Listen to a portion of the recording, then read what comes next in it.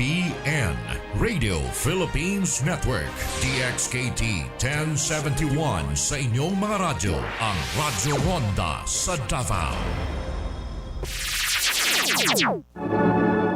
RPN, Radio Philippines Network, Radyo Ronda, DXKT Davao. Member, kapisanan ng mga broadcaster ng Pilipinas.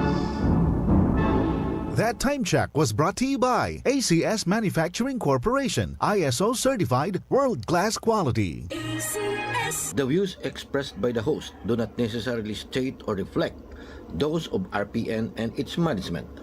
Furthermore, the views and opinions expressed by the guest do not reflect those of the host, the program, the management, and RPN. Gusto bang maging milyonaryo? Magpadala ng pera at manalo sa M. Lulier Mega Milyonaryo. M. Lulier Mega Milyonaryo. Mula July 16 hanggang October 15, magpadala ng pera gamit ang ML Kwarta Padala Domestic Handout at may tsansa ka maging isa sa tatlong masuswerteng monthly winners of 1 million pesos cash each sa M. Lulier Mega Milyonaryo. M. Lulier Mega Milyonaryo. See posters and flyers for more details. Per DTI Fair Trade Permit Number FTEB 169907 Series of 2023.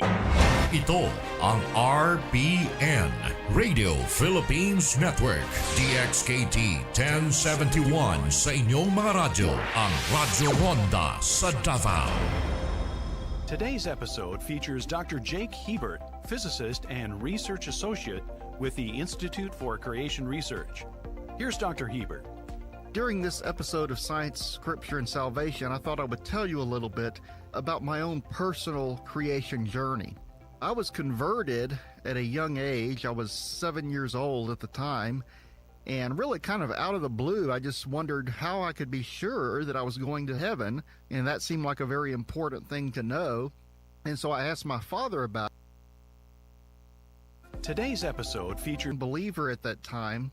That was the first step, obviously, in my spiritual journey. And it was obvious to me that the Lord was working in my life at that young age because, as I said, this was just out of the blue. One day, all of a sudden, I just started wondering how I could know the answer to that question. I started to grow spiritually and also physically and intellectually.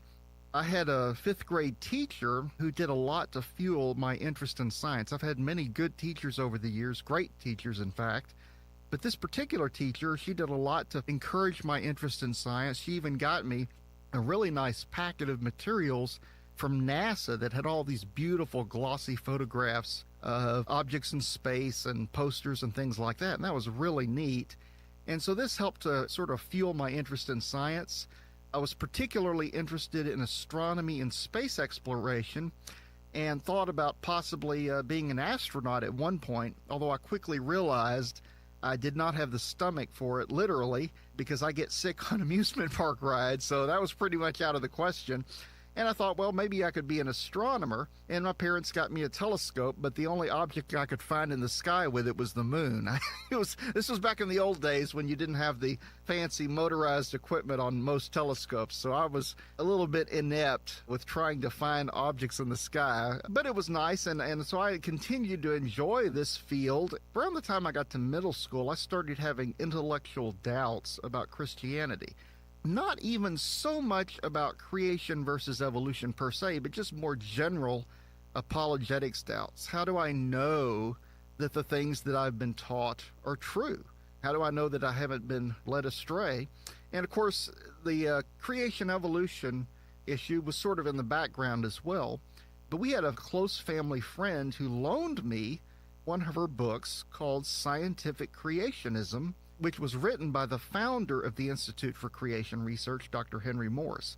And that book really had a profound influence on me. It ignited my lifelong interest in this subject. And from what I've heard, that book has had a lot of influence on a lot of other people, including some of my ICR coworkers. I was in middle school at the time, so I wouldn't try to pretend that I understood everything in the book. But there was a lot in there that was just really good material. And one thing that really struck me was that the secular story they were telling about how fossils form really didn't make any sense. You know, you read the textbooks and you get the idea that this animal dies and slowly over time, dust or something starts to cover it up, maybe. But, the problem with that is that in order for something to fossilize, it's got to be buried quickly. And that made so much sense at the time. And I thought to myself, well, why didn't I think of that? I mean, that's so obvious. The story they're telling us about how fossils form slowly over millions of years, it just doesn't make any sense. And so this began to fuel an interest in this subject. I began asking my parents for creation resource material for my birthday and for Christmas gifts. And I remember that we took a big family vacation one year when I was in the 7th grade. It was a long trip, and I remember taking some books with me to read, including Dr. Morris's The Genesis Flood and the book In Search of Noah's Ark. Some of you who've been around for a while may remember that movie that was on TV, and they had a book that went along with it. And so I had that book, and I was just gobbling all this information up. And so I was just very, very interested in this. And like I said, I continued to learn more about this subject. And by the time I got to high school, I was sort of leaning towards science, although I felt like chemistry probably was not what I was interested in. I was frankly a little bit intimidated by the chemistry lab. I did well in chemistry class, but I was a little bit intimidated because I was afraid I was going to blow myself up or something. So I tended to lean a little bit more toward physics. In my junior year in high school, our local university, Lamar University, had a physics open house, and I had to attend that as an assignment, and it's sort of an extracurricular science assignment for one of my classes. And they were doing all kind of neat physics demonstrations and doing all this neat stuff, and it really thought was fascinating and very interesting. And that's about the time that I began to decide that I wanted to major in physics. And so we'll talk a little bit more about this in the upcoming segment. Now it's time for a short break. We'll hear more from Dr. Hebert in a moment. Dinosaurs are fascinating creatures. Seeing their fossils inspires a sense of awe and wonder that sparks the imagination. We're learning more about them all the time, but many questions still remain. Are dinosaurs really millions of years old? Did they live at the same time as humans? How do they fit with the Bible? And why are they extinct today? The Institute for Creation Research addresses these questions and more in their full-color and easy-to-read book, Guide to Dinosaurs. Guide to Dinosaurs delves into the history of dinosaurs, fossil discoveries, dinosaur kinds, and what the Bible has to say about these mysterious creatures. It serves as a helpful resource for parents and kids alike. Order your copy of Guide to Dinosaurs from the Institute for Creation Research by calling 800-628-7640 or visiting icr.org. That's 800-628-7640 or visiting icr.org. Welcome back to Science, Scripture, and Salvation. Here's Dr. Hebert. I've been describing my own personal creation journey in this episode. And as I said earlier, about my junior year in high school, I had begun to sort of lean toward physics as a course of study. And so I attended our university near where I grew up, Lamar University, and I got my BS in physics, did very well. And then I went to graduate school at Texas A&M, and I was having some health problems at the time, and also it was a kind of a big jump coming from a smaller school to a big school. And so I frankly struggled at the time. I'd originally wanted to get my PhD, but I really ended up just kind of having to settle for my master's degree. At the time, I really wanted a PhD very, very badly. In fact, it was kind of an idol, I think. I wanted it maybe a little too badly. And it seemed like the Lord was closing that door. And of course, what do you do when the Lord closes a door, right? Well, you try to kick it open, right? No, not really. That's not a good idea, but that's what I actually tried to do.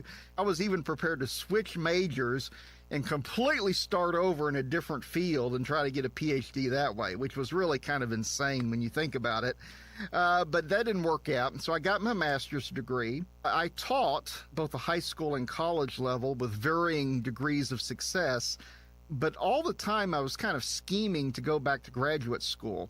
And finally, at one point, I just sort of got the sense that perhaps the Lord was not pleased, that maybe this was a little too important to me.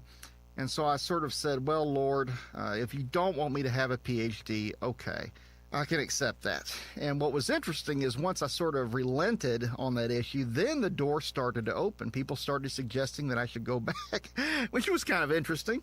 So anyway, I ended up going back. In 2007, I enrolled at the University of Texas at Dallas in the physics program and did very well there. I started working with a professor who was doing some very cutting-edge research related to a possible influence of cosmic rays on weather and climate. And people have been speculating about this for hundreds of years. But I really think that my professor has really figured some stuff out on this. He's really done some good work on this. And I think I was able to help him perhaps push the football, move it a few more yards down the field, so to speak. And so I think in retrospect, the work that I did at the University of Texas at Dallas had much more potential to be helpful to the church than anything I could have done at Texas A&M. The stuff at Texas A&M was not really related to origins research all that much. And this wasn't either. But because it was climate weather related, it sort of allowed me to get my feet wet and start in sort of preparing the way for some of the work I'm doing right now here at the Institute for Creation Research. And so I would just like to say that working at the Institute for Creation Research is really a dream come true for me. I'm very grateful that the Lord has given me this opportunity to work here. I have been wanting to do this kind of work for many, many, many years, but it seems like it's taken me longer to get here than I would have liked. But I finally made it, and I'm just so excited and thrilled to be here and to be doing this work. There's lots of things I would like to say to the Christians out there who may be listening to this, and even perhaps people who are not Christians. It grieves me that secularism and atheism, I think, have taken much of the joy out of science. And not just science, but pretty much any branch of learning. For instance, in astronomy class, you see all these beautiful photos of the heavenly bodies, these galaxies, and these beautiful objects that God has created, and yet you are strictly forbidden from giving any honor to the person who created those things. And as one of our ICR colleagues, Dr. Randy Galusa, has said, really, if science is done right, it should inspire in you a desire to worship God. But because of this very stringent secular attitude that is enforced so rigidly in our institutions of higher learning, you can't even talk about these things, no matter how obvious it is that something was designed. You just can't even talk about it. And I think also history. I think if you look at history, think about how much more exciting history class would have been in high school or college had you been told about all these fascinating confirmations of the biblical history, things you're just not told about in secular school. It's our hope here at ICR that the work we're doing will be an encouragement to people. And finally, I would just like to say to young people, please don't accept less than God's best for your life. Usually that's going to require a lot of work. And if you have an interest in science, I would strongly encourage you to pursue it, because we don't know how much longer this door will remain open. And so we need to redeem the time, for as Scripture says, the days are evil. On today's show, we'll get to hear from Dr. Tim Clary, geologist and research associate with the Institute for Creation Research. Here's Dr. Clary. Oil is in the news almost every day. Oil prices are going up or going down. A lot of questions about hydrofracking. And one of the other questions that many Christians have is, how does oil fit in with the Bible? Was oil made in the flood, or was it before the flood? We're going to look at some of these questions today. Oil is very, very important in our economy. Between oil and natural gas, it provides about 2/3 of our energy use for the whole world. So it's a very, very important commodity. With all the talk about fracking, hydrofracking today, really that has allowed us, however, to find tremendous amounts of oil that was before unavailable.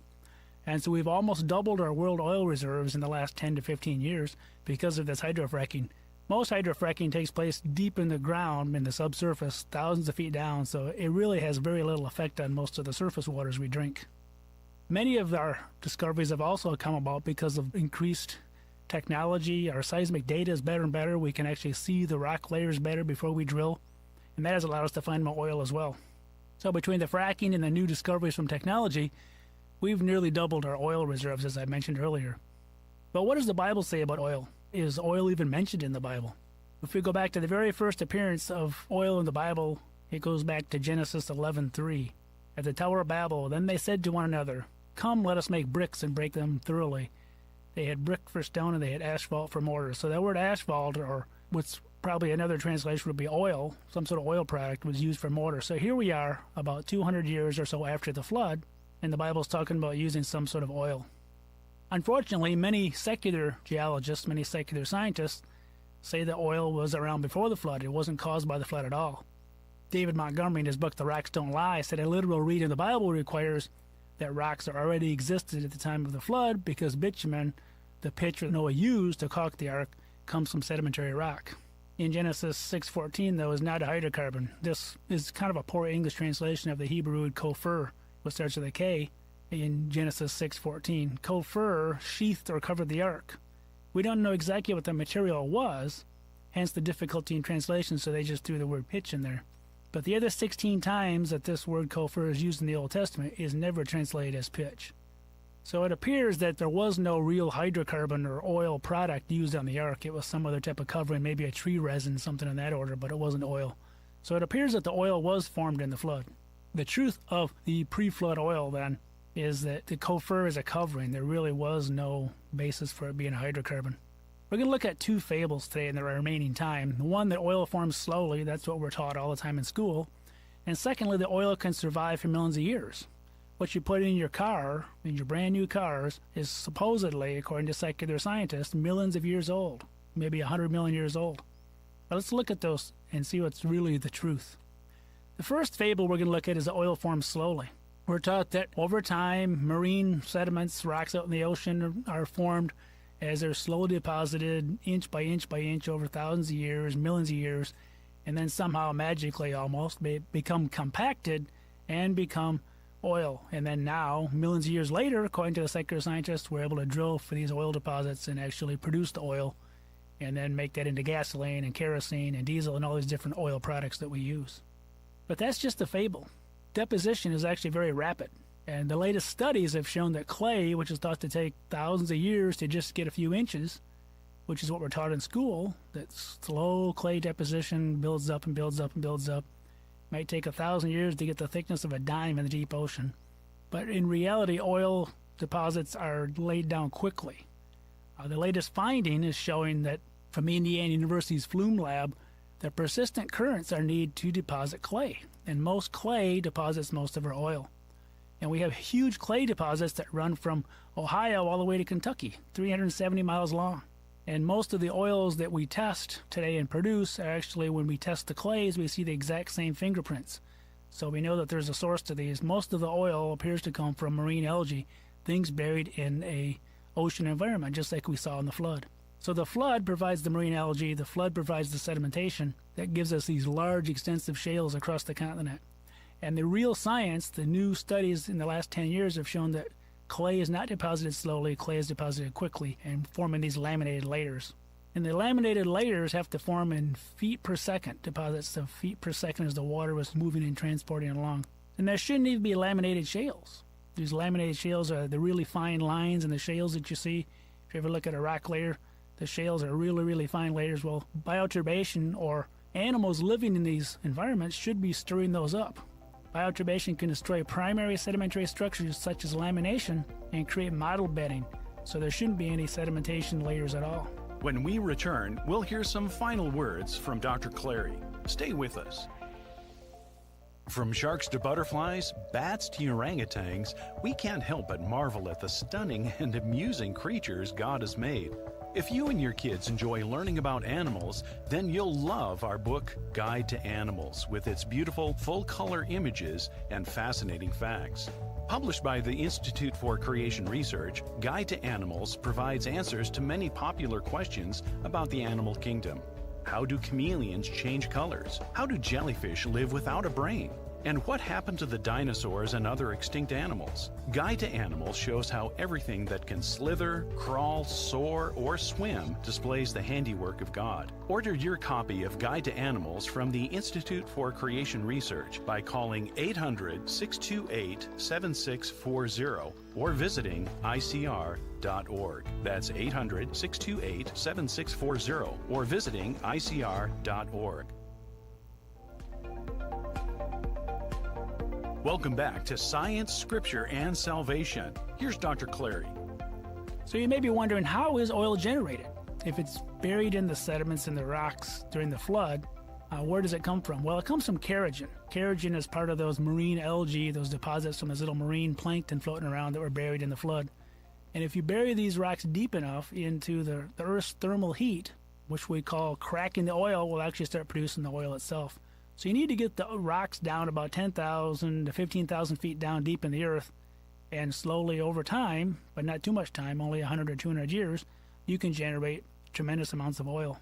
Our U.S. government research lab has taken marine algae in 2013 out in Washington State and has actually produced marine algae into oil in 60 minutes. So oil does not take that long to produce. It just has to have the right conditions. And one of those conditions seems to be that it has to be buried deep enough in the earth, around 10,000 to 15,000 feet deep, to produce the oil. And the flood provided all that as well, buried thousands of feet of sediment, deposited very, very quickly. So what does the Bible say? Again, we look back at Genesis 11:3, and we see that the oil was generated probably 200 years after the flood, at the time of the Tower of Babel. And we see across the Middle East today, where the Tower of Babel likely was, we see lots of oil seeps still. Oil was seeping up from these deposits very quickly after the flood, and we still produce oil, and they still find oil seeps today across much of Iraq and Iran and the areas of the Middle East where they still produce a lot of oil as well. So the truth of oil formation is oil forms quickly within a few hundred years, probably even quicker, right after the flood. One of our fables, the oil forms slowly, we fracked that, so to speak. But let's look at, can oil survive for millions of years? That's what we're taught. Oil can be 100 million years old and you're still putting it in your car. But oil is a naturally occurring organic compound made of carbon and hydrogen atoms called a hydrocarbon. It's made from organic debris, organic deposits of plankton and other marine algae. So if oil is organic, it's going to have all these organic chains, aromatic compounds, paraffins, isoparaffins, naphthenes, all these same sorts of things that we see in living cells today. But oil is a soft tissue, just like dinosaur soft tissue. And dinosaur soft tissue cannot survive even 1 million years. So these organics, like oil, can't be even 1 million years old, or it would have broke down and biodegraded, like we see in oil spills at the surface. The BP oil spill, for example, pretty much disappeared within a couple of years' time. Bacteria loves oil. In general, what the geologists assume, though, is they assume that oil becomes pasteurized somehow in the deep earth at 80 degrees Celsius. So something close to boiling. As a general view today, they say, among petroleum geoscientists, the biodegradation ceases at 75 to 80 degrees Celsius in the zone of thermophilic organisms. This is from Nature in 2001. However, we can go to Yellowstone National Park and we can see lots of thermophilic bacteria. Bacteria survives in almost every environment. As deep as we've drilled, as deep as how waters can be, there's still bacteria living in them that thrive in those environments. So to say that oil is pasteurized is rather crazy. There is no place to pasteurize oil. The details and rates of process involved in crude oil degradation are still poorly understood, the geologists say in that same article in Nature in 2001.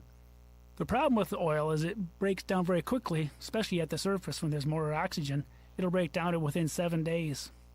And about 70% of the world's oil is biodegraded that we're producing. So we know biodegradation takes place in the subsurface.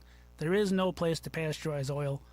If you did pasteurize the oil, groundwater would percolate through and bring in new bacteria from somewhere else. So there really is no way to pasteurize oil and keep it pasteurized. You can't isolate the oil from its surroundings. So the truth of oil preservation is that it is an organic compound, just like dinosaur soft tissue. It degrades quickly, and there is really no such thing as pasteurization. You can pasteurize it maybe for a few years, but it's going to quickly percolate. Water will come back in, bringing new bacteria in. And bacteria thrives on oil. It loves to eat oil, and that's why the oil spills at the surface disappear so quickly in the Gulf of Mexico and even in Alaska, especially the warmer the water. So we've fracked these couple of fables. The oil forms quickly. That's the real truth. Oil does not take millions of years to form. It is not deposited in slow deposition. It's deposited in rapid deposition in order to preserve the laminations, in order to preserve the organic compounds. You have to bury things very, very quickly. Oil cannot survive for millions of years. If it's an organic compound, organic compounds have a shelf life. They have a half-life, if you want to call it that. They actually break down by bacteria And there's no way to pasteurize the oil for millions of years because you're always bringing new groundwater in from somewhere else.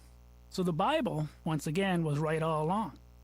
Oil forms after the flood, percolated up, and the people at the Tower of Babel were able to use this as part of their mortar for building the Tower of Babel. But before the flood, there was no oil. Even though the Bible mentions the word pitch, that is the Hebrew word kofir. It was very unlikely that was the same type of oil referred to a few chapters later when you get to the Tower of Babel.